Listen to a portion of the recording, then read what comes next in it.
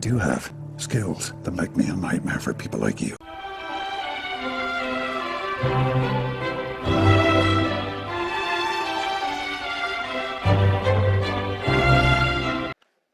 Hello? Hello. Hello. Have you got your brief of evidence with you that you prepared for the Royal Commission? Yes, I do. Can you state your full name for the record? Yes, my full name is Mary Ann O'Hagan. Mary, it's Anand Satyanan speaking. Can I, in order to comply with the Inquiries Act, first of all obtain an affirmation from you? Do you solemnly, sincerely and truly declare and affirm that the evidence you will give before the Commission will be the truth, the whole truth and nothing but the truth? I do. Thank you. Ms. James.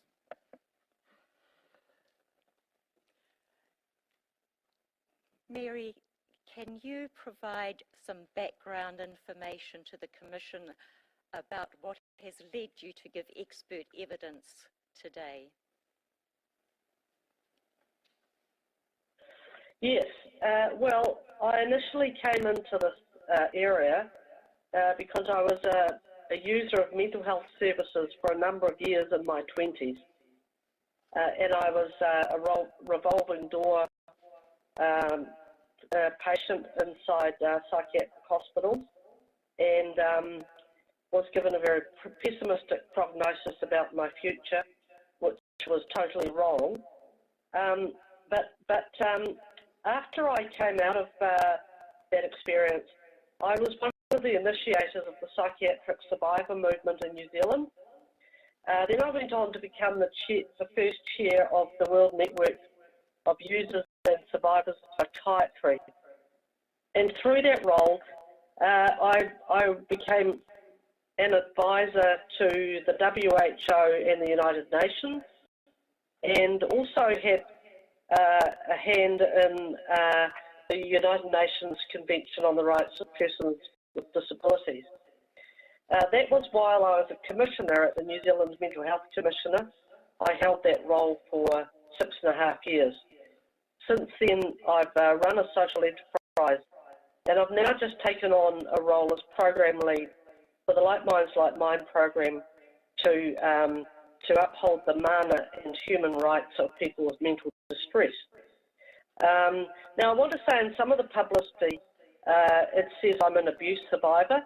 I've never called myself an abuse survivor, but I have witnessed abuse. I have heard stories of abuse. I have, read research about abuse and so on. So I'm very familiar with the whole territory. Thank you. And in your introduction, you've talked about your view of abuse and whether it's widespread in mental health services and whether there are some good aspects. Do you want to just briefly comment on that? Yes, so yes, I believe that abuse is widespread and continues to be widespread. I think it changes its spots over time. But on the other hand, I think I want to acknowledge that even for people who've been abused, they have had experiences of compassion and kindness.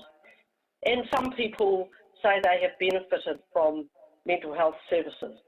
But this doesn't take away the gravity of the abuse that has gone on.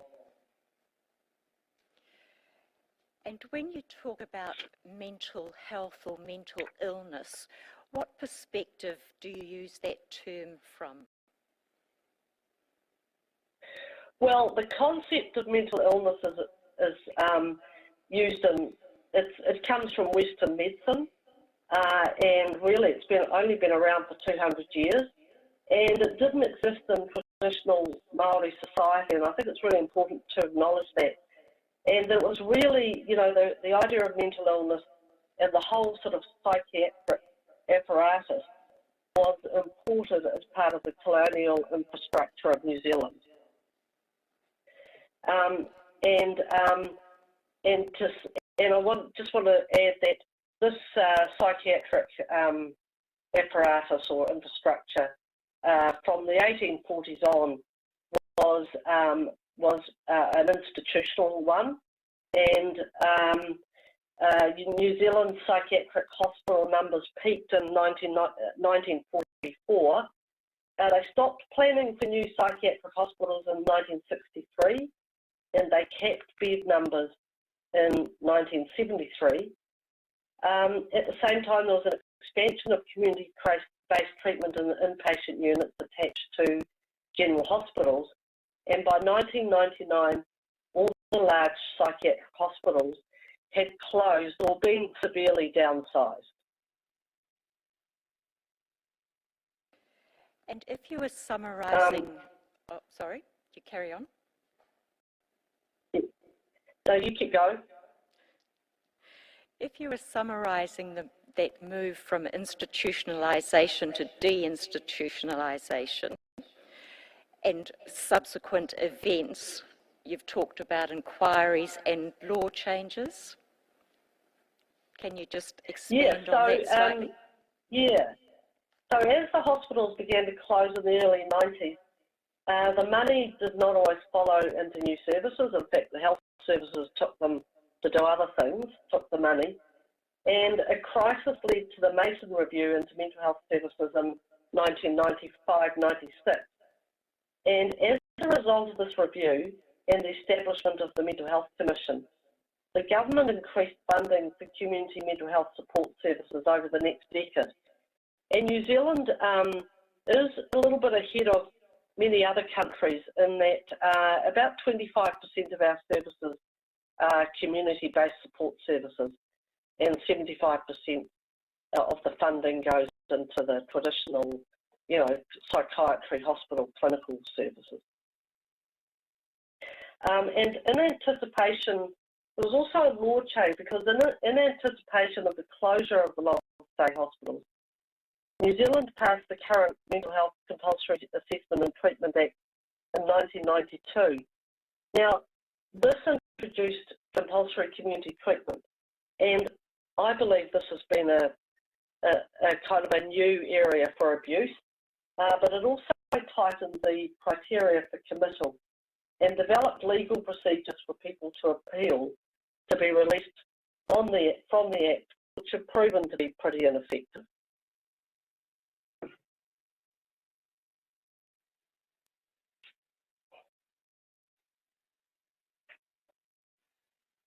You there? I'm finished that part. Yep. I'm having my own technology problem. In your introduction, you mentioned that you were one of the people who started the survivor movement in New Zealand. Can you talk about the survivor movement, how it came to New Zealand and what it meant? Right, so the survivor movement began with a whole lot of other liberation movements in North America and parts of Europe in the 1970s. Many people who participated in the movement had experienced psychiatric abuse. And these are actions that harmed their bodies, their minds, their spirit, their self-worth, and their standing in the world. Many of these actions were done lawfully and within the boundaries of acceptable practice. And I think this is really, this is a key point. And they range from seclusion, forced medication, locked hospitals, physical force, emotional neglect, degrading conditions, the pathologizing of human distress, prognoses of doom, and the crushing and validation of lived experience insights. And all these forms of abuse continue today. So the movement didn't reach New Zealand until the mid-1980s. And over a short time, survivors set up a lot of local networks that provided support and advocacy. And the first national network was established in 1990. And since the mid-1980s, the movement has done quite a number of things which I outline in my statement. But I just want to highlight a couple of them today. They put pressure on the government to establish a confidential forum for inpatients into psychiatric hospitals. Subsequently to make an... Can I intervene for a moment, Mary, to ask you to speak a little more slowly? The evidence that you're giving is being stenotyped at very high speed, but not sufficiently to cope with your speed at the moment. Okay. Thank you. Good. I will slow down. So one of the activities of the survivor movement was to put pressure on the government to establish a confidential forum for former inpatients of psychiatric hospitals, and subsequently to make a public apology, which has not yet happened. There was the End Seclusion Now campaign in 2014 and participation in system-led projects to reduce and eliminate seclusion. We've had a reduction in seclusion, but no elimination. Research and raising awareness on the harm caused by psychotropic drugs, and also the development of the Wellbeing Manifesto in 2018, which called for an end to health-led services.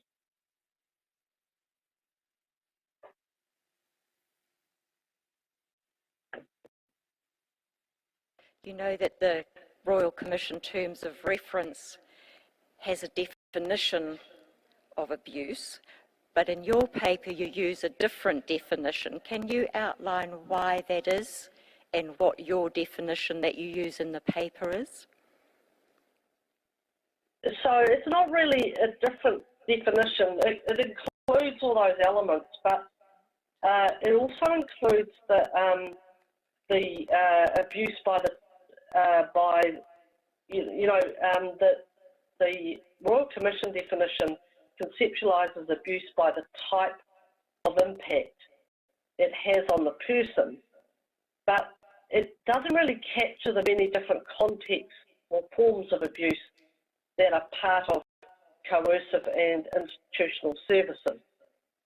And so I sort of stretched it out a bit and talked about environmental, procedural, legislative, treatment, psychological, physical, sexual, cultural, property, and narrative forms of abuse.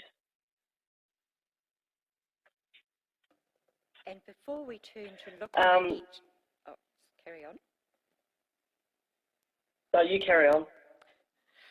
Before turning to look at each of those forms of abuse, is there anything that you would like to say about the underlying dynamics of abuse?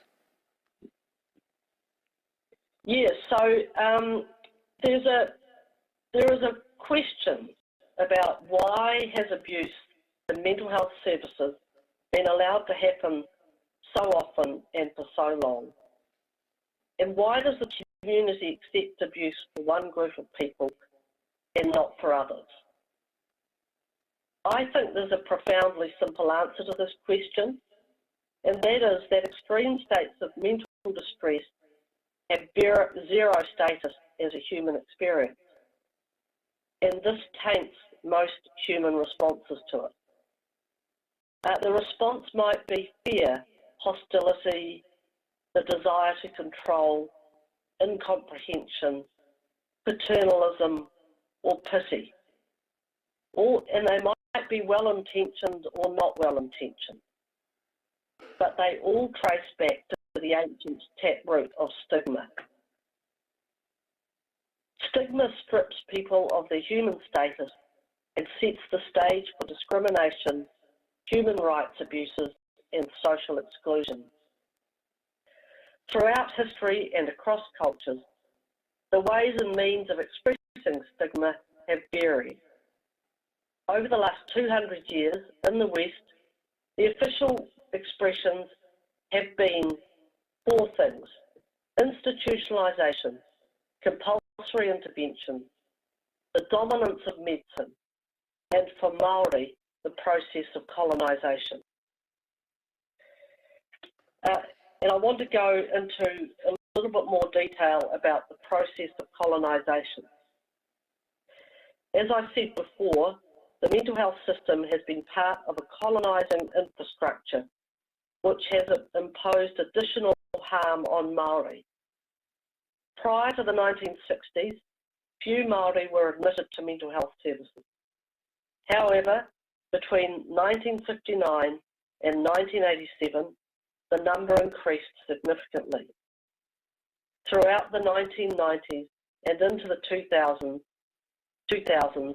Māori continued to be disproportionately represented in statistics for mental health admissions, involuntary treatment, and seclusion. In 1991, Dr. Aotearoa described the disproportionate rate of distress among Māori as, quote, fundamentally an expression of colonisation, unquote. Māori are 15% of the population, but make up over 25% of people who use mental health services. Māori experienced increased rates of admission and involuntary treatment after the 1960s. While these increases were in part reflected by Māori urbanisation, evidence indicates that colonisation and systemic racism were ultimately responsible.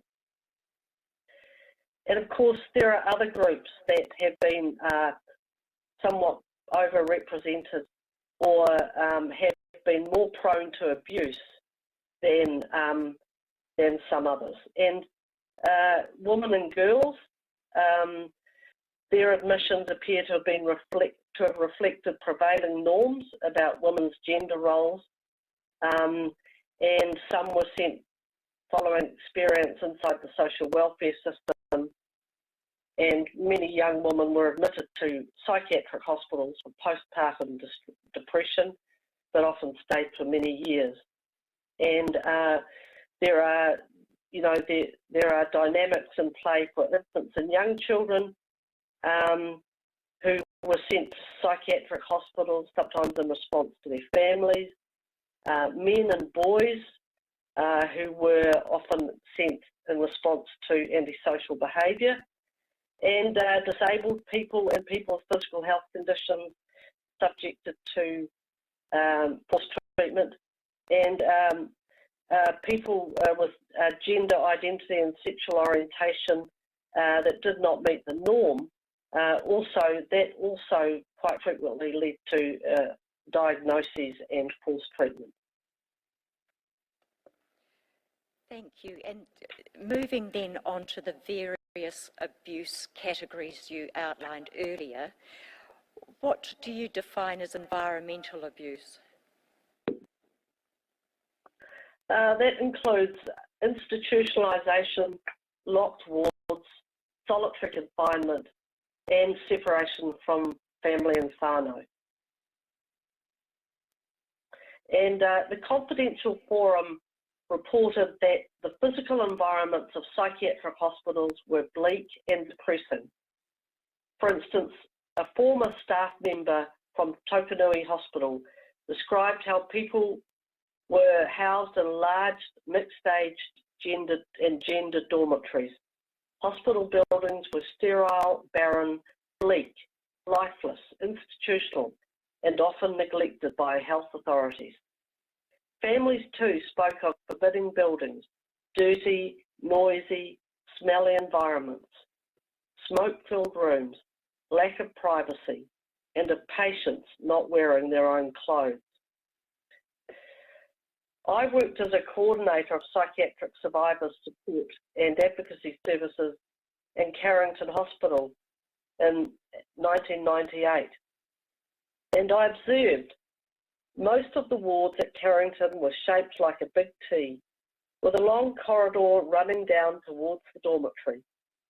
First there was the nurses' station, then came the little kitchen, which was locked most of the time, so the patients couldn't make a mess or burn themselves. The drug room was opposite. Then came the dining room, which always smelt of overcooked cauliflower. Next up the corridor was the patient's living room, which usually had a ripped pool table in the middle and people sitting on chairs, chain smoking and looking blankly at the wall. Next were the bathrooms, with no shower curtains or door locks. They faced the laundry, the property rooms and the seclusion rooms. At the end of the dormitory, at the end of the corridor, came the dormitory. Alistair Russell talked to Julie Liebrick in the 90s about the prison-like conditions in Oakley Hospital in the early 1970s, where he was a patient. In the 5 years I was in Male 3, I went through 22,000 locked doors. Every door I went through was locked. I mean, your cell door was locked. The door up to the stairs to the cell rooms was locked. The door at the bottom of the stairs was locked. The tea room door was locked. The day room door was locked. The kitchen door was locked. The dining room door was locked. Every door you went through was unlocked before you and locked after you. Mary, just before we carry on, we're going to get into the area of your evidence where there are a number of quotes. Can you confirm, please, that any quotes in your evidence are either from public sources or that you have consent to use them? Yes, I have got consent to use them, and they're all from public sources, but I sought consent from the people who are still alive, but they're all published. Yep. Thank you. You then go on to talk about solitary confinement. So having gone from all of those locked rooms, there was an additional layer. Can you talk a bit about that and why they were used? Yeah. Solitary confinement is otherwise known as seclusion, which I think is a rather euphemistic term and a term I tend not to use. It is the placing of a person in a bare room without the ability to make an exit. It continues to be routine practice in institutional settings, and there are still seclusion rooms being built in modern acute inpatient units today. Survivors at the Confidential Forum and the Confidential Listening and Assistance Service talked about solitary confinement as extremely frightening and re-traumatising. Threats of solitary confinement were also routinely used to instill fear and control people. Denise Calto, in a publication, talked about her experiences of physical restraint and solitary confinement in the early 1990s. And I quote, "They committed me to Tokanui, and it was the worst thing. For a start, I was taken straight into an isolation unit, and I was strapped down until I was in a side room." I think a side room here is a solitary confinement room. Of course, we were all going through the rigmarole of having to strip naked, and if you don't, they'll do it for you, sort of thing, and not being allowed to be left with your knickers or your socks or anything like that, and being left in this place. Nobody came to speak to me for ages. There was some interesting graffiti on the wall, like Motel Hell or something like that, and I thought afterwards, that's not wrong. End of quote. Egan Bidwar talked recently on a podcast about the over-medication and abuses that led him to being put into solitary confinement in 1990. And I quote, "A couple of orderlies would pick me up from my room and shuffle drag me to the day room. They would sit me in a chair with pretty much leave me there to drool all over myself. I couldn't move. I couldn't speak. If you're unable to ask someone to help you go to the toilet, it eventually happens, and someone notices the smell. If you're lucky, they take you to the showers, get you cleaned, and take you to the day room again. A couple of times, you would be dragged out to the front yard. You would be stripped down, hosed, and given a bit of a kicking for being a filthy mongrel, and tossed into a seclusion room as a punishment." End of quote. There's also the issue you talk about of separation from family and whānau. Yep. According to the Confidential Forum, survivors were often forcibly parted from whānau, parents, partners, or siblings. Contact with families and whānau was infrequent. Some whānau were told by staff that it would be best to stay away. Separation from whānau left survivors more vulnerable to abuse. Anne Helm was incarcerated in several psychiatric hospitals in the 1970s, and she said, "Remember, these were places where outsiders in the form of visitors were rarely seen." The Royal Commission heard the other day from Arthur Taylor that he had been put into a psychiatric unit without a diagnosis. In your evidence, you talk about procedural abuse. What do you mean, and what examples would you like to share with the Commission? I can't comment on Arthur Taylor's story, but by procedural abuse, we mean processes such as admission, assessment, and the administration of treatment. Many survivors talk to the Confidential Forum and the Confidential Listening and Assistance Service about forceful, cruel, and brutal admission processes. They often had no idea why they had been admitted to hospital. They were subjected to decisions made by others, not informed of their diagnosis, and received treatment without informed consent. Survivors reported rarely seeing a doctor or seeing multiple different doctors over time. They also recalled being routinely observed and written about in clinical records based on nurses and psychiatrists' judgment rather than their own experiences. Survivors used terms such as terrified, alone, abandoned, and confused to describe their experience of psychiatric hospitalisation. Many survivors spoke of a general lack of communication, interaction, and interest from staff. They also described widespread lack of care and compassion, ranging from indifference to overtly violent behaviour. The Confidential Forum reported that people's experiences of trauma or adversity were usually disregarded in the assessment and treatment process.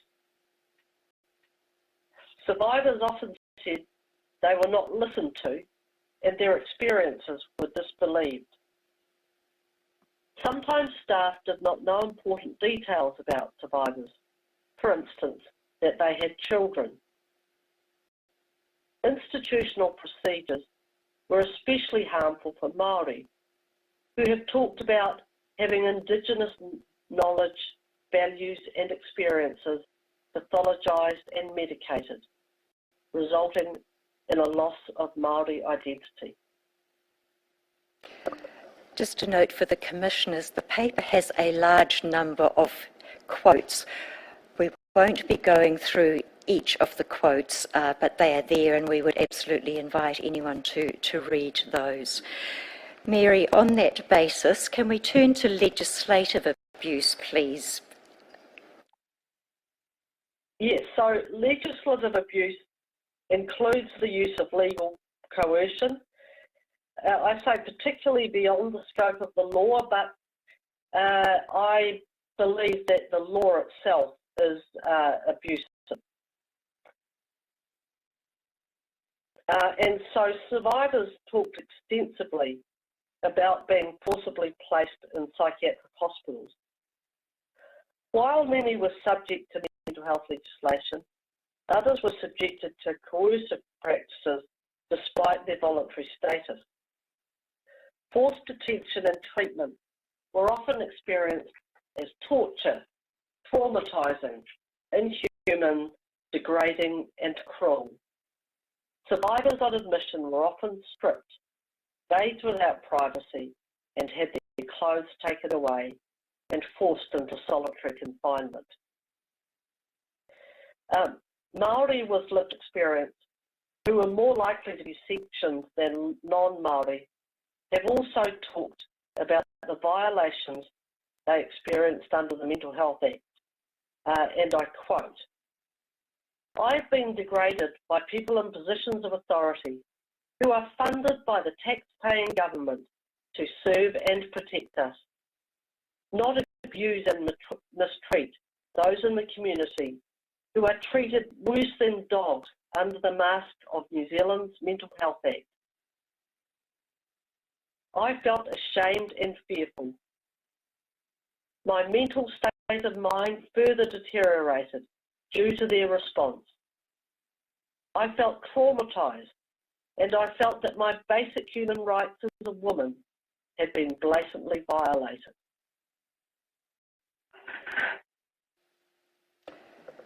You've also spoken about treatment abuse, and you particularly talk about the effects of psychotropic drugs and also ECT. Can you summarise your views on those? So in the period 1950 to 1999, psychotropic drugs came in the 50s, and electroconvulsive therapy was being used before 1950.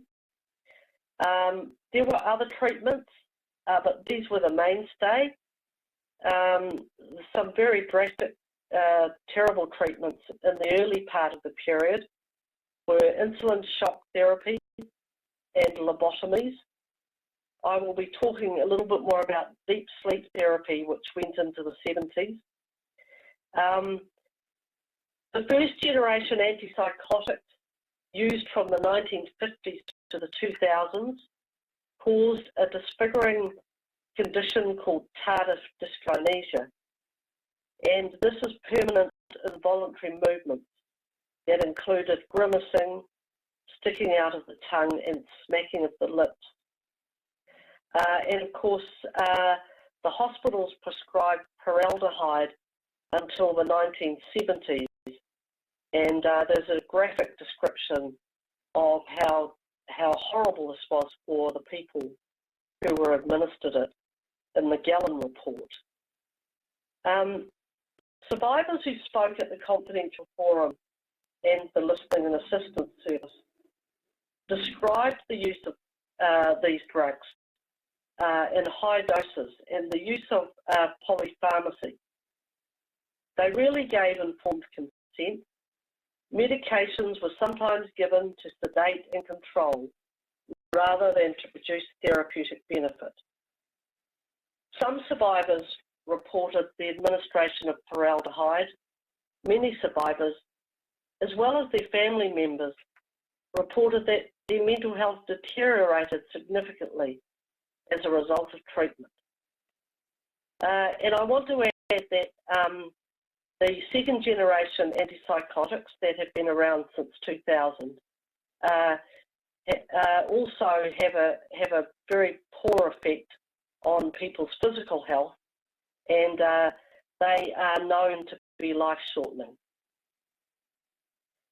The overuse of medication severely And you said you'd come back to deep sleep therapy at paragraph 50. Yeah. There's a quote that you wanted to share. So Anne Helm wrote about her experience of deep sleep therapy at Cherry Farm Hospital in the 1970s, and I quote, "I was placed on a 6-week deep sleep program where the main concern was the constant taking of blood pressure because of the huge amounts of medication coursing through my body could potentially paralyze and stop fundamental physical functioning. At the end of this treatment, my legs atrophied from complete bed rest. I could not support my bloated weight. I was barely able to lift my head from a pillow." End of quote. And you spoke earlier about Lake Alice and Justice Gallen's report. What else would you say about electroconvulsive therapy? So, psychiatric hospitals routinely administered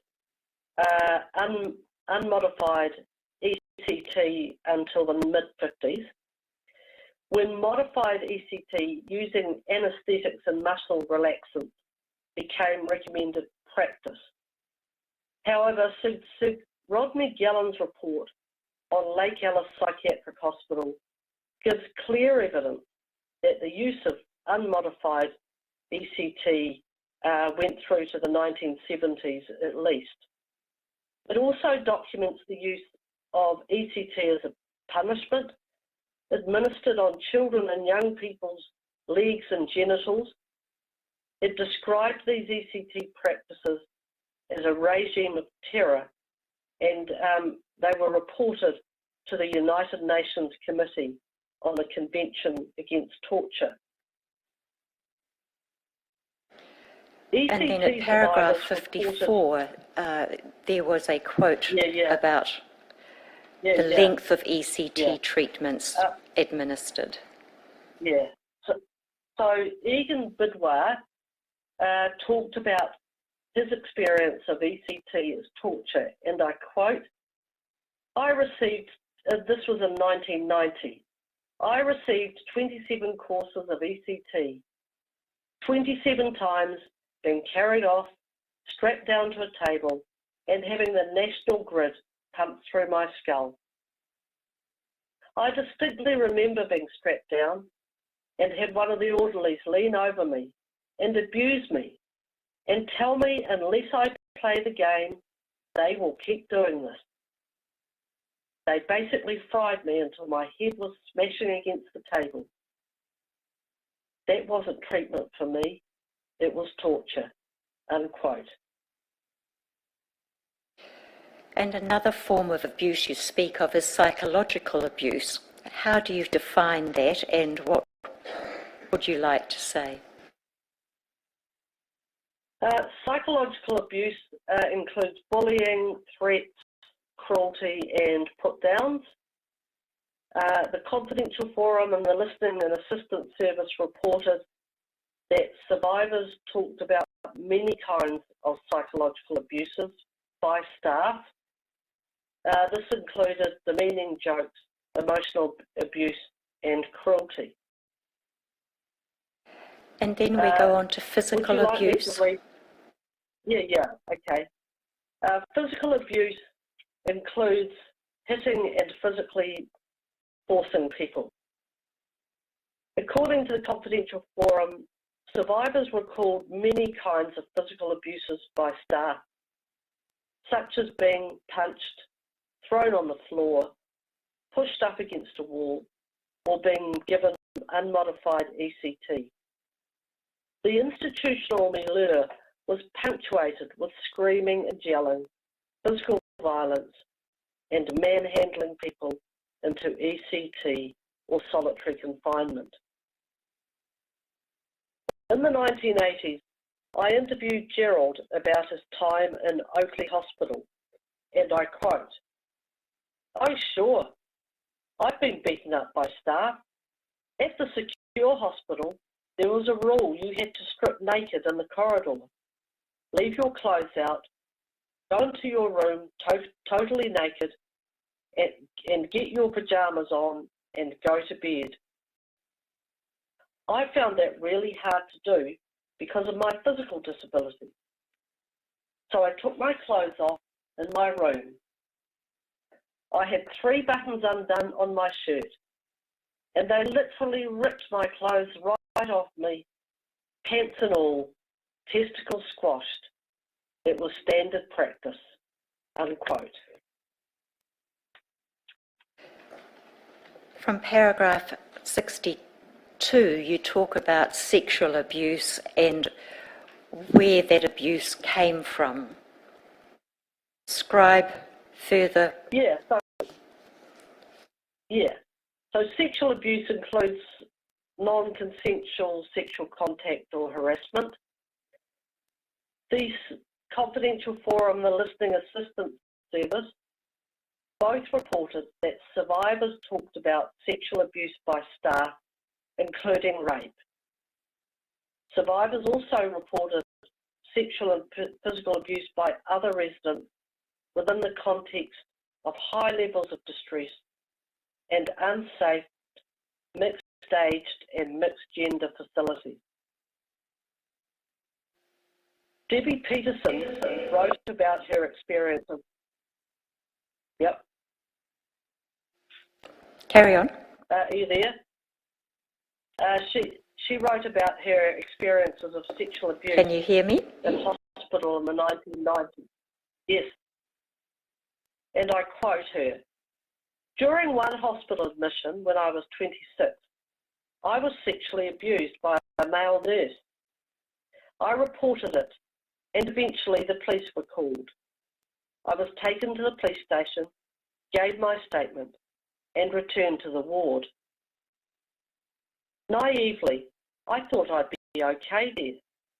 Instead, I was put in the same seclusion room the incident happened in, told I wasn't to talk to anyone, and was looked after, in quotes, by some very angry nurses. It was apparent they didn't believe me. I was terrified," end of quote.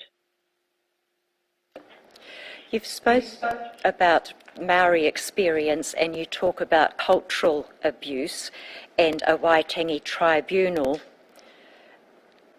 proceeding. At this point, Ms Jones, we're approaching 3:30, which might be a good time to take the afternoon adjournment.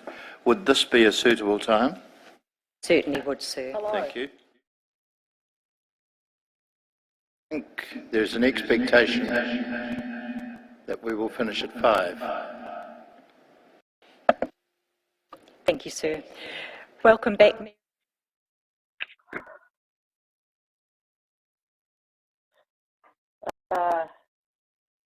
Hello?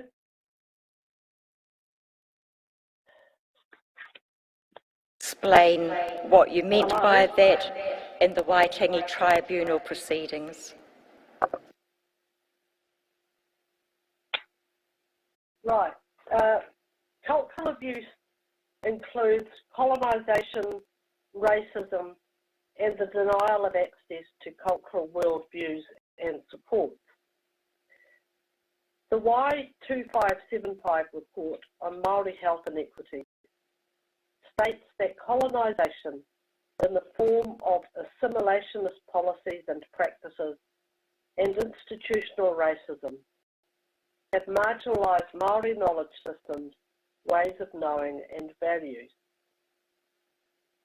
Māori experiences of psychiatric abuse are compounded by the impact of colonisation and alienation from whenua, whakapapa and whānau, which are the key ingredients for well-being.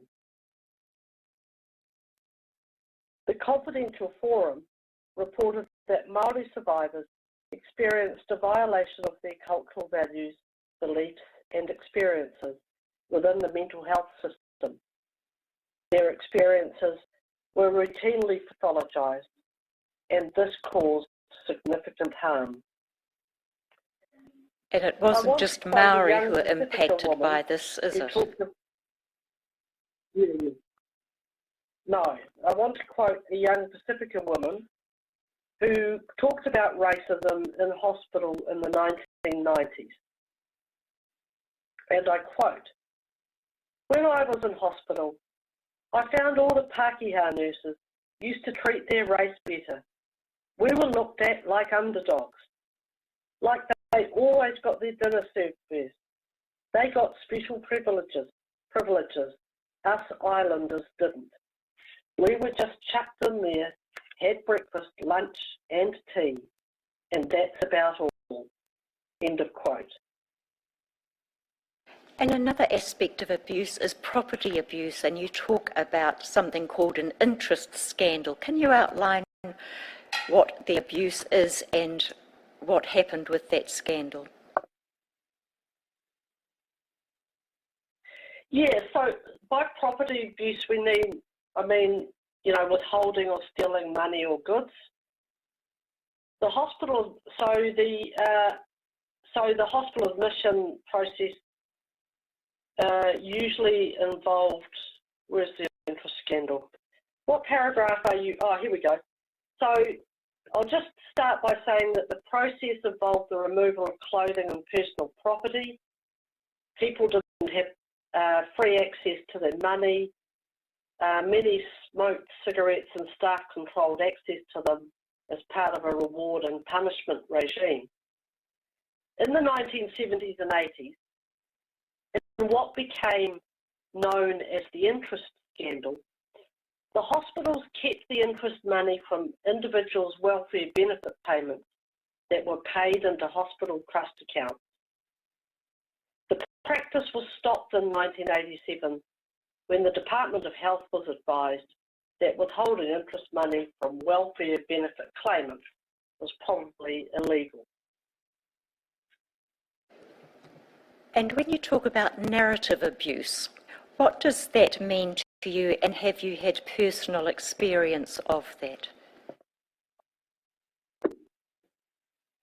Yes, so narrative abuse includes prognoses of doom and a focus, pretty much a sole focus on people's deficits. Before I go into my own experience, I want to talk about survivors at the Confidential Forum who recalled how staff often viewed them with a deficits lens and gave them a bleak narrative about their future. And these narratives led to hopelessness and contributed to negative consequences across all spheres of survivors' lives. And my own personal experience, at the age of 21, I was given a prognosis of doom by my psychiatrist, and I quote, "Dr. Tilling is standing at his desk sorting through a large, untidy stack of files. He sits down, opens my file, and his face turns serious. I think it's timely for me to tell you about the impact of that your illness is likely to have on you. You have a chronic condition which will recur for the rest of your life." And I say, "Do I really?" And he says, "The medication can help, but you need to reduce stress and lower your horizon. A big career or full-time work probably aren't options, I'm afraid, and you need to think very carefully about having children in case they inherit their illness." "Does anyone recover?" I ask. "Not usually," he says. "I'll see you next week." He looks up and smiles, then starts writing his notes as I close the door behind me. My eyes fill with tears. I'm delighted you proved him wrong. In terms of then moving on to impact of the various abuses that you've spoken about, Can you just describe those starting Yes, from paragraph 80 and the quotes that you want to share in the following paragraphs? Right. Survivors at the confidential forum and listening and assistance service reported that they continued to experience lifelong psychological distress. They recalled living with low self-esteem, frightening memories, frequent nightmares, hypervigilance, shame, grief, sadness and loss, anger and rage because of abuse within services. Many described their overwhelming struggle to make sense of multiple abuses. Survivors suffered losses in many areas of life. They lost connection to whakapapa, whānau and whenua. For many survivors, the damage to identity, the loss of human status, and the violation of human rights permanently damaged their roles and status as citizens.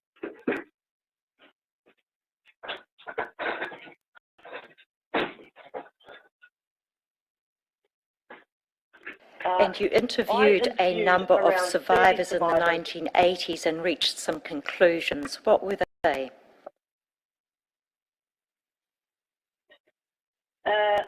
I wrote, many had never talked about their experience in one sitting before to someone who took them at their word. Some cried as they talked about all the pain they had endured. So much of it was not due to the experience of madness itself, but about their experiences in hospital, their lost opportunities, about once promising young lives that had fallen into unemployment, poverty, and loneliness. They talked again and again of hospital staff who took their dignity away or never talked to them, the overuse of drugs, of seclusion, the trauma of compulsory treatment, the lack of psychotherapy and support, and the lack of information about drugs and side effects. So much of their suffering could have been avoided if the mental health system and the rest of society had genuinely responded to them. End of quote. And you also quote from Anne Helm about the trauma that went unattended, which is a feature particularly of those with disabilities. And Anne wrote, denial of experience also deeply buried in the etched traumatic memories of some institutional experiences and invalidated healthy reactions of natural grief and anger. Earlier losses, the death of my mother, the loss of a singing career, the removal of my firstborn daughter to others' care, lay unattended. No one had deemed these events important enough to support me to talk about them. End quote. And can you briefly summarise the impact on abuse on poor life and health outcomes? Yes, so many survivors have talked about trauma from abuse, leading to addiction, self-harm, suicidality and physical health conditions. Some die prematurely while others die by suicide. Many survivors live in poverty and have lost opportunities for education, secure employment and stable housing.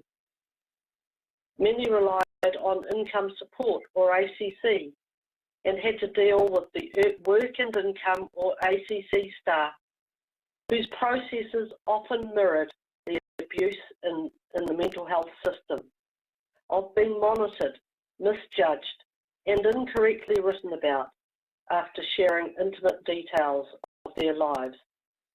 And that was to the confidential forum.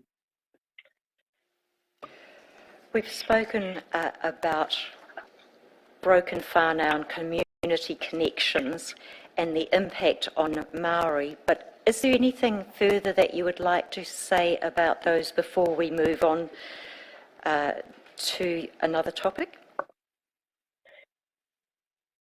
Yes, the stigma of being admitted to a psychiatric hospital, coupled with routine medical advice of the time, often meant long-term separation from families and whānau. Most whānau visited infrequently or stayed away.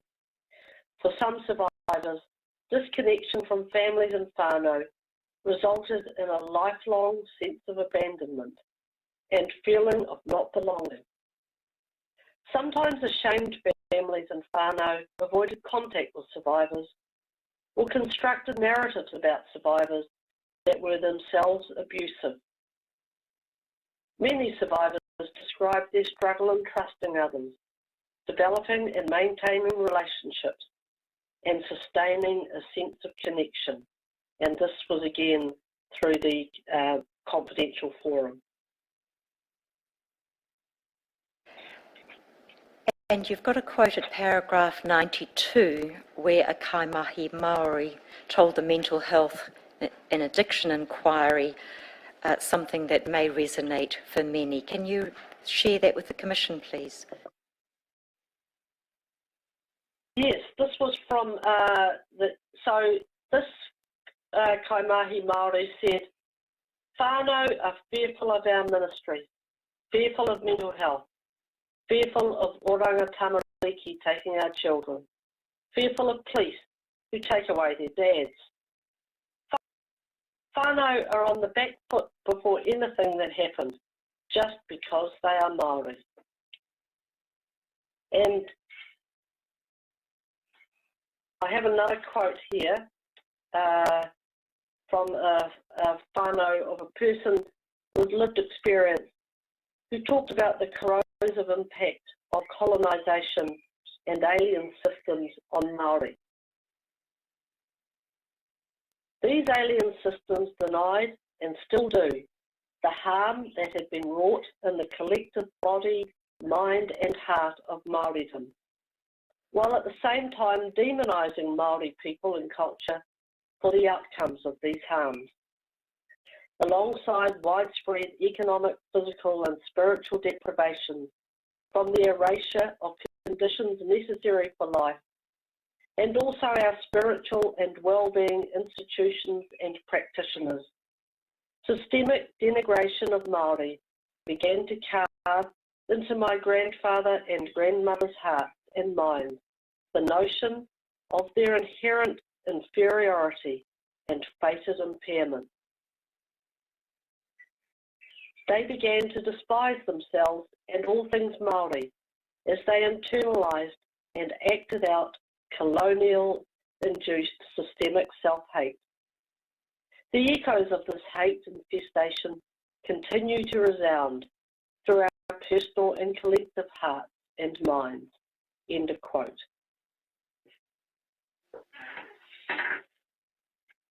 Mary, we then turn to mental health services after 1999, and you've quoted from the Mental Health and Addiction Inquiry. So what would you like to say about what could or should happen into the future? So there have been some good developments in mental health services since 1999, particularly the growth of community support services. But we still have a system where clinical approaches are dominant. There is still continuing institutionalisation, and we have rising rates of compulsory treatment.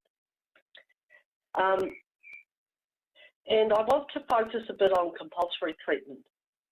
Many submitters to the government inquiry into mental health and addiction spoke of their experience of compulsory detention, often for long periods of time, being forcibly treated and being denied the right to self-determination and participation in decisions about treatment.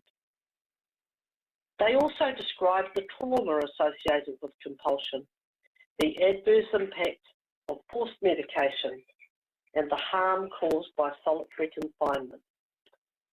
And I quote from the inquiry report: "Throughout this inquiry, many people shared their experiences of being held and compulsorily treated under mental health legislation and prolonged use of the Mental Health Act.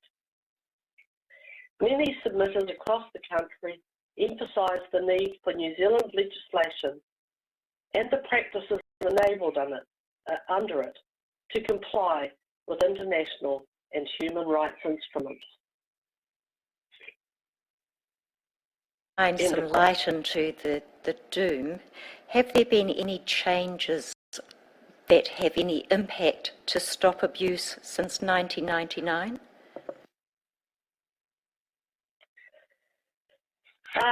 There have been changes and there have been some developments, but I think they really have yet to reach fruition.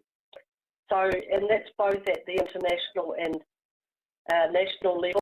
And, 20 years on, abuse in mental health services continues despite the closure of the long-stay institutions, rhetoric about recovery, and the development of human rights protection.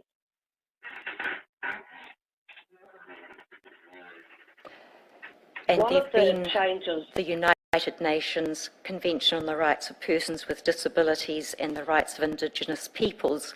Is there anything you'd like to say about those developments? yes, the UN Convention on the Rights of Persons with Disabilities states that persons with disabilities, and that includes people with mental distress, are equal before the law and should not be deprived of their liberty because of their disability. As a result, much of the commentary coming from the United Nations is critical of mental health legislation. For instance, the Special Rapporteur for the Disabilities Convention has made it clear that mental health legislation that permits discrimination, forced treatment, substituted decision-making, and the best interest standard must be repealed. Member states, including New Zealand, appear to be in denial about the full implications of the Convention, and they respond to the Convention by seeking reform to legislation rather than repeal of it.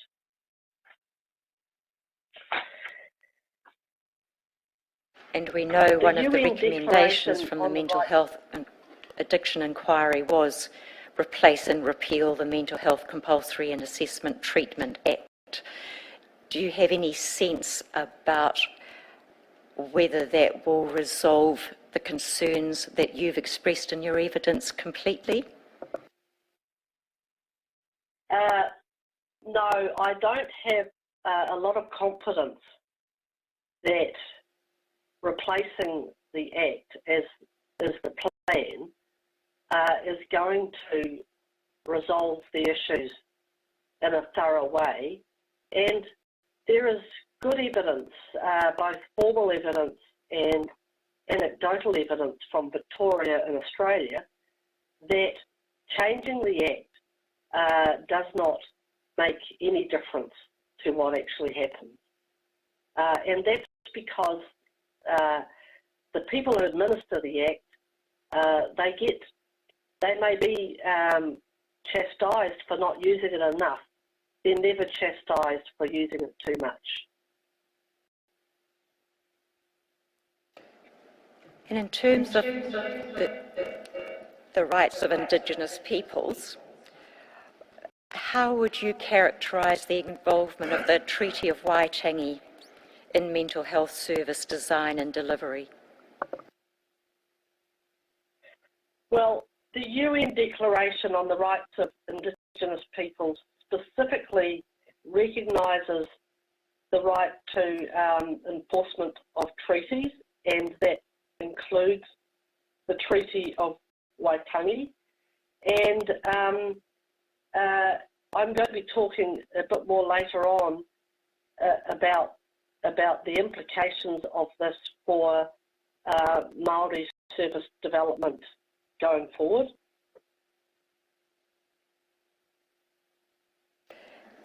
And very briefly, there have been inquiries and compensations and apologies. So from paragraph 106, you talk about the Lake Alice settlement and the Crown Health Financing Agency. Can you just summarise your thoughts on those points? Yes, so the Confidential Forum for Former Inpatients of Psychiatric Hospitals was established in 2004, but its terms of reference were kept narrow, I believe, to avoid Crown liability. It was set up to provide a confidential environment for people to talk about their experiences, to support them to find counselling and other assistance services, and to report on the numbers of participants, the services they were referred to, and the usefulness of the process to participants. While the report stretched the boundaries of the terms of reference by giving a thematic summary of people's experiences, there was no substantive response from the government towards a formal apology or compensation for survivors. And this is something that is very keenly felt by some survivors. And I want to acknowledge Anne Helm, who was on the panel of the Confidential Forum, who is herself a survivor, and the valiant effort she took after the forum reported to organise an apology, but to no avail. So we really believe that the Royal Commission is our next opportunity for this to happen. The Residual Health Management Unit, which was later named the Crown Health Financing Agency, was formed in '93 to manage the residual public health system assets and liabilities that could not be transferred to the new Crown Health enterprises. Among them were claims associated with historical abuse and neglect in psychiatric hospitals. By 2011, the Crown Health Funding Agency had received 336 psychiatric patient claims. It developed a settlement strategy in consultation with plaintiffs' lawyers, and in 2012 made offers to the plaintiffs that included a modest wellness payment, payment of legal costs related to the complaint, and a letter of apology. All but 7 of the plaintiffs accepted. Turning then to complaints and resolution mechanisms, you've talked about 3 mechanisms, but can I just point you to paragraph 110 where you talk about people under the Mental Health Act and the Review Tribunal, and you had specific thoughts about that. People subjected to the Mental Health Act can, since 1992, seek review through the Family Court or the Mental Health Review Tribunal. There is strong evidence these processes put in place to protect human rights and prevent mental health system abuse do not work well. For instance, in 2017, the Mental Health Review Tribunal heard 62 applications for release from the Act. Of those applications, only 6 people were released. And in terms of the program to achieve zero seclusion by 2020, what are your thoughts on that, and in particular in relation to Maori and the use of seclusion and restraint? There have been some successes, but the Mental Health Commissioner has recently highlighted a high rate of seclusion for Māori and noted that although the overall seclusion rate has decreased 30% since 2007, the seclusion rate for Māori has only decreased by 9%. In 2016, 102 young people aged 19 or less were secluded. There remains wide variation in the use of seclusion and restraint across district health boards. Seclusion rooms continue to be built in new mental health facilities in 2019. And Mary, under the terms of reference, the Royal Commission has a forward-looking mandate, and you've spoken about the E Koro Anō campaign that led to the Royal Commission. I'd like to invite you to read from paragraph 115, because you have set out what your thoughts are about areas the Royal Commission could think of so it doesn't happen again. Yes, abuse in mental health services will continue until most, if not all, institutions are replaced by community-based responses. There is an end to special mental health legislation for people diagnosed with mental illness, and psychiatry is replaced at the hub of the system by communities who control the narrative and resources, including Māori, Pacifica, and people with lived experience of distress. At the same time, we need to continue to work to reduce stigma and discrimination in the wider community. I'm now going to talk about redress and rehabilitation. The process of redress and rehabilitation for people abused in mental health services has not got off to a good start in Aotearoa, New Zealand. The report of the Confidential Forum did not lead to real redress and rehabilitation, and there has been little public acknowledgement, and the settlement process with affected individuals has not been completed. And these statements were echoed by Judge Henwood in her report of the Confidential Listening and Assistance Service. The Royal Commission provides an opportunity to establish a more deliberate and comprehensive redress and rehabilitation process. And I think the survivor perception of the process so far is that it has been piecemeal and half-hearted. And I think the Royal Commission needs to show that this country has a commitment to redress and rehabilitation. And of course, survivors need to lead decision-making about the process. And I want to talk a little bit about a good process. And for this, I thank Dr. Heather Barnett. The aim must be to fully recognise and enable healing across all spheres of survivors' lives. Claims need to be assessed against national and international human rights frameworks. The state must ensure that the process and people leading it are independent from government and organisations that have perpetuated abuse. The process needs to be administered by people who have a sophisticated understanding of human rights, abuse, and trauma. The system needs to be straightforward and prompt. I now want to go on to the issue of apology.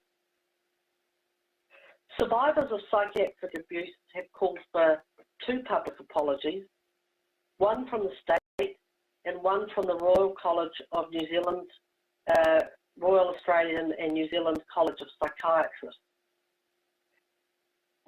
Survivors need a complete apology, as Maris elucidated.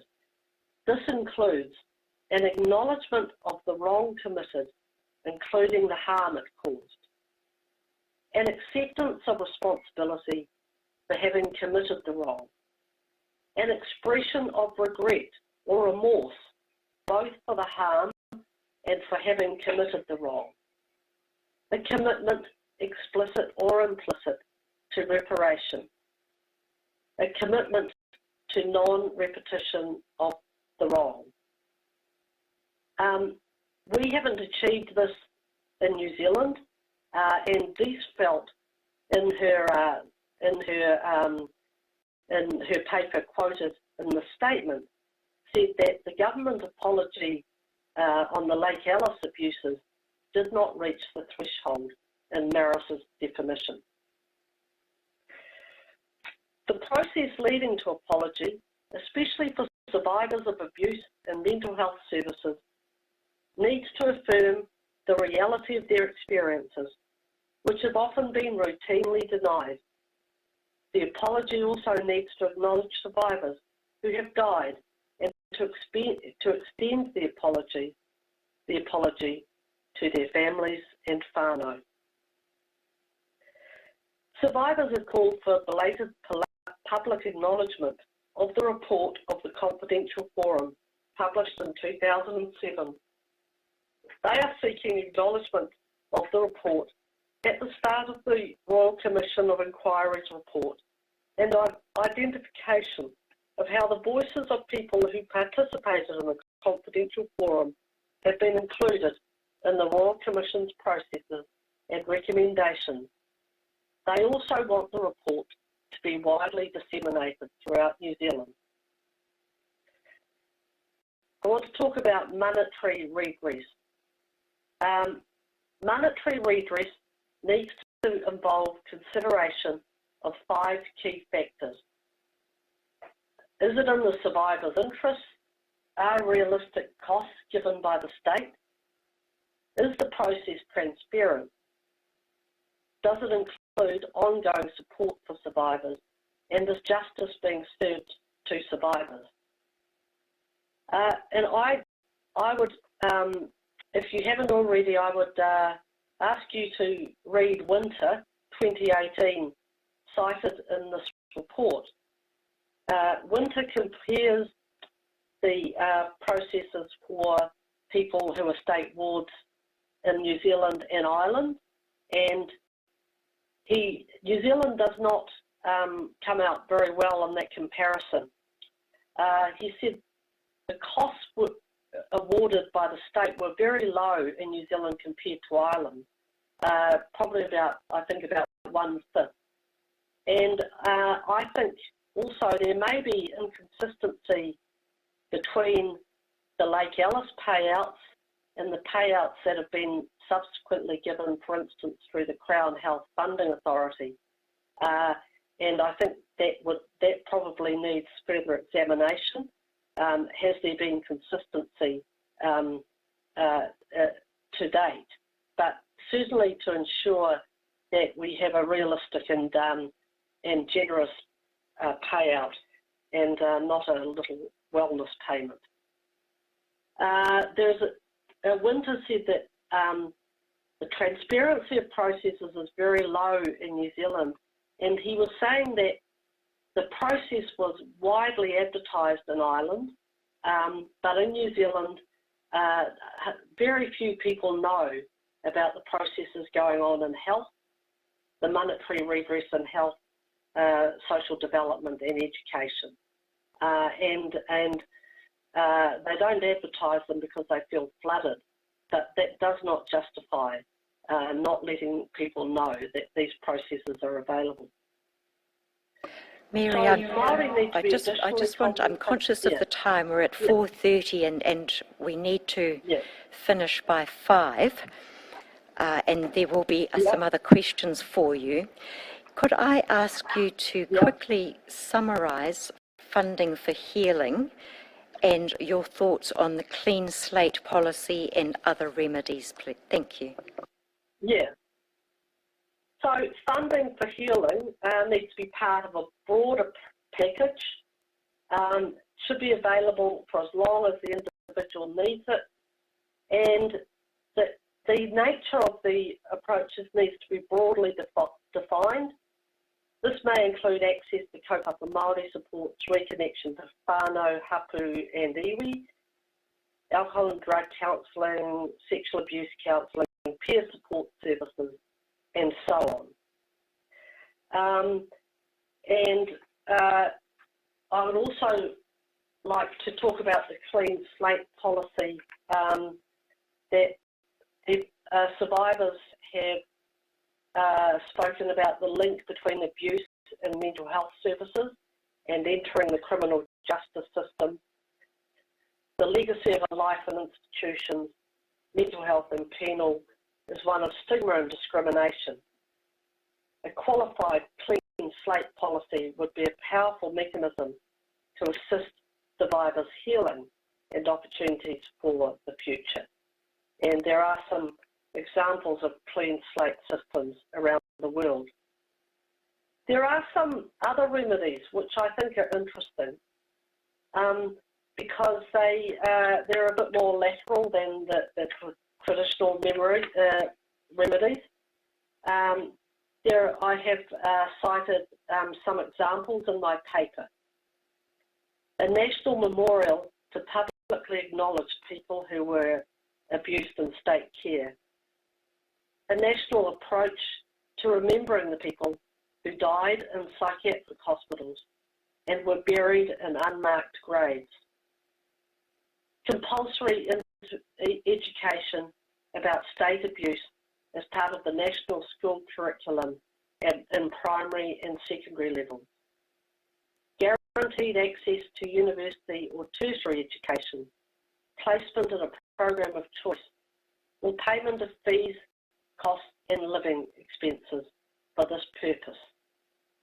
Free access to survivors for numeracy and literacy education, free access for survivors to primary health services. And these are all actual examples that occur somewhere in the world. To conclude, the road to the Royal Commission is lined all the way back to the 1840s with the casualties of abuse in mental health services. Governments, communities and mental health services have yet to fully reckon with this abuse. They must acknowledge the harm done, to provide redress and rehabilitation, and make systemic reforms that end institutionalisation, the dominance of psychiatry and compulsory interventions, as well as resolve the impact of colonisation. The Royal Commission is our overdue opportunity for New Zealand to draw a line in the sand and to say, e kore anō, never again. Thank you, Mary. I just have a few supplementary questions that hopefully we can quickly go through. Just returning to the mental health and addiction inquiry, do you have any views about whether more work is required to mental health systems for Māori and to incorporate kaupapa Māori alternatives to psychiatry? Look, Māori expressed disappointment in the inquiry, and one of the issues was the lack of recommendations specific to Māori, including the lack of a recommendation for the establishment of a Māori health authority. The report referred this on to the Health and Disability Review, and I don't see hopeful signs that the Health and Disability Review will result in a Māori health authority or the equivalent. After 170 years of the system failing Māori, they are calling for control over planning, funding and delivery of their own services and supports. And I support this, and I do hope that the Health and Disability Review supports this as well. And turning to another topic, your evidence didn't give a ringing endorsement of mental health services and particularly psychiatric services. What alternatives would you see to that clinical model in terms of psychiatric models, drug treatment, compulsory orders and the like? People with lived experience outlined an alternative in the Wellbeing Manifesto for Aotearoa, New Zealand, which was a major submission to the Mental Health and Addiction Inquiry, which, with your permission, I could append to my evidence statement. The Wellbeing Manifesto calls for an end to a health-led system, and it talks about the need to move from big psychiatry to big community. And it describes what big psychiatry and big community are. In big psychiatry, we have deficits-based, we have a view about mental disorder, which is deficits-based. In big community, we talk about distress that we can recover from. In big psychiatry, entry to the system is controlled by health. But in big community, we need multiple entries into support. Most of the dollars, as I said before, in big psychiatry still go into what I call pills and pillow services. And we need far more resources to go into a broad menu of services and supports for people. You find in big psychiatry that most of the people who are paid to be there are medical and allied professionals. In big community, we are proposing that we have an equal mix of peer, cultural and professional workforce. Big psychiatry has a legacy of abuse and neglect, and big community has a commitment to human rights and partnership. There is a dynamic in big psychiatry around risk management. They're very focused on managing immediate risks, but in big community, the focus is on access, seeing people's strengths, and actually being accountable for long-term life outcomes. Big psychiatry's major tools are coercion, the Mental Health Act, and hospitals. The big tools for people who are struggling in crisis for big psychiatry is compassion, intensive support, and community-based crisis alternatives. And as I said, big psychiatry is an agent of colonisation that promotes one worldview, and big community needs to include multiple worldviews. Thank you. And with the permission of the Commissioners, we will actually append that too, and it'll be Exhibit 10. Slightly different topic. You talked about Lake Alice and also Porirua, and there were experimental and punitive treatments. Were they more widespread than those two organisations or institutions at the time, and what about now? Look, I think the type of abuses I described are less widespread today, simply because there are less people in long-stay institutions. But let's be clear, it still happens. And abuse doesn't just happen in the name of experimental or punitive treatment. It can be a part of standard treatment. And as I've said, to put someone on a community treatment order, to do so indefinitely, on drugs that can shorten their life, to me is an abuse. And this happens thousands of times every year in New Zealand.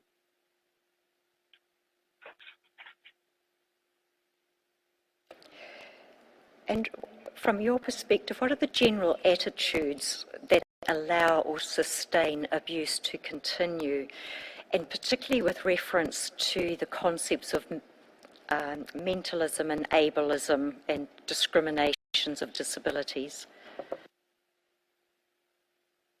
As I said earlier in my statement, stigma, prejudice and discrimination allow and sustain ableism and mentalism. And I think that's why programs such as the Like Minds, Like Mine program to uphold the mana and human rights of people with mental distress are so important and need continued and generous resourcing. And you set out a fairly comprehensive recommendation of what you thought would be helpful on the way forward. But if you were saying to the Royal Commission that at the end of this process, from your perspective, are we looking at a tweak or a fundamental transformation?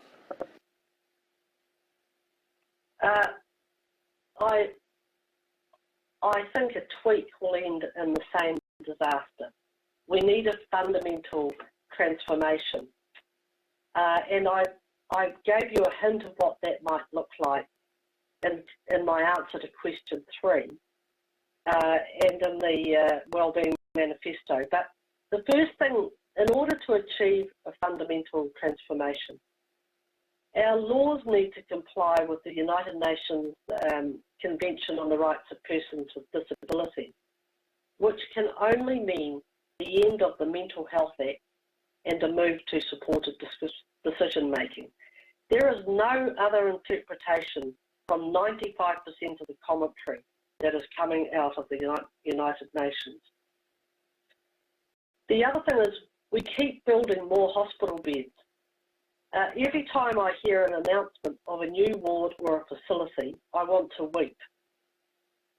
Because despite people's best efforts, these wards are on the whole unsafe, unhealing and coercive environments. We need to drastically downsize hospital beds and create home-like and humane crisis services in the community. As I said, psychiatry is still the dominant force, and it needs to move from the hub of our system and become one of the spokes. We need people with lived experience in multiple sectors at the hub, developing policy, jointly funding and delivering a broad range of services and support. I'm not anti-psychiatry. I'm anti the dominance of psychiatry. Finally, we need to wholeheartedly, and I mean wholeheartedly, address the impacts of colonisation by giving back control to Māori to fund and provide services and supports to Māori. And in order to lay the ground for these changes, we have to fully reckon with the past, acknowledge the harm done, provide redress and rehabilitation in a very comprehensive, planned and wholehearted way. Thank you, Mary. I have no further questions, but stay on the line and I'll check if the Commissioners have any before we disband. Thank you. I'll first of all ask Counsel if any has a wish to address cross-examination to Mary O'Hagan. There's none.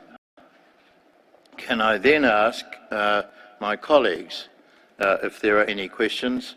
And shall I start with Mr. Gibson? All my questions have been answered, thank you. Thank you. Ms. Alofibai.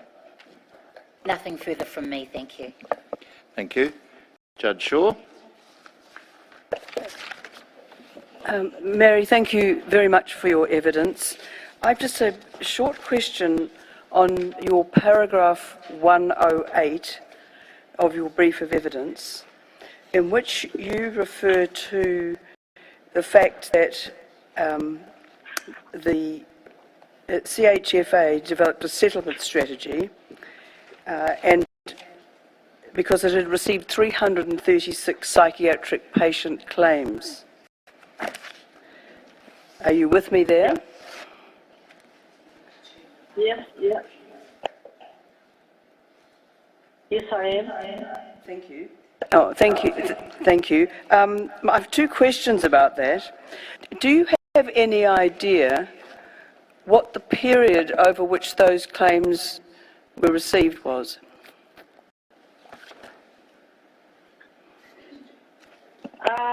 I don't. I think they went back.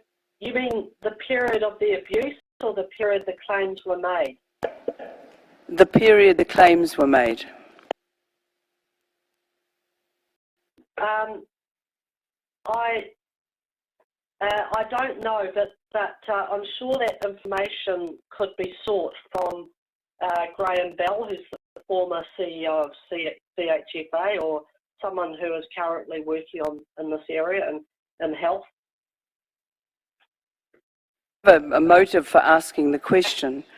I just wonder whether you think that the number of 336 claims is a true reflection of the numbers of people in psychiatric care who suffered abuse and neglect. No, I think it's a drastic, I think it's a very small number. And as I said, I remember finding out about this, and I was active in the movement, and I didn't even know this process existed until someone pointed it out to me. So they're very much under the radar, and I don't think that is a good way of running such a process.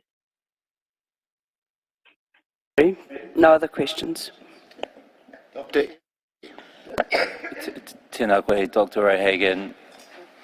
I just want to thank you for your thoughtful and comprehensive brief of evidence. I really enjoyed reading it and hearing from you. I want to thank you in particular for the emphasis and attention that you have directed towards kaupapa Māori subjects. Of course, it will be critical for this Royal Commission to hear directly from Māori themselves and Māori Pukinga on this kaupapa, both mental health and learning disabilities, but I want to acknowledge the mahi that you have done, and I found it very valuable. Kia ora. Sure.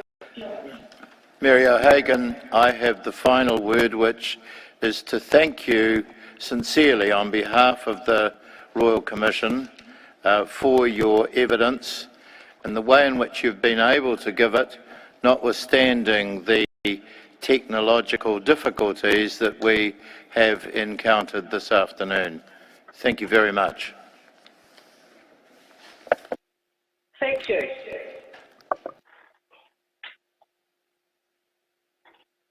Thank you, Mary, and really appreciate your forbearance and patience, and everyone else's in the room as we've gone through this afternoon. Thank you. Thank you.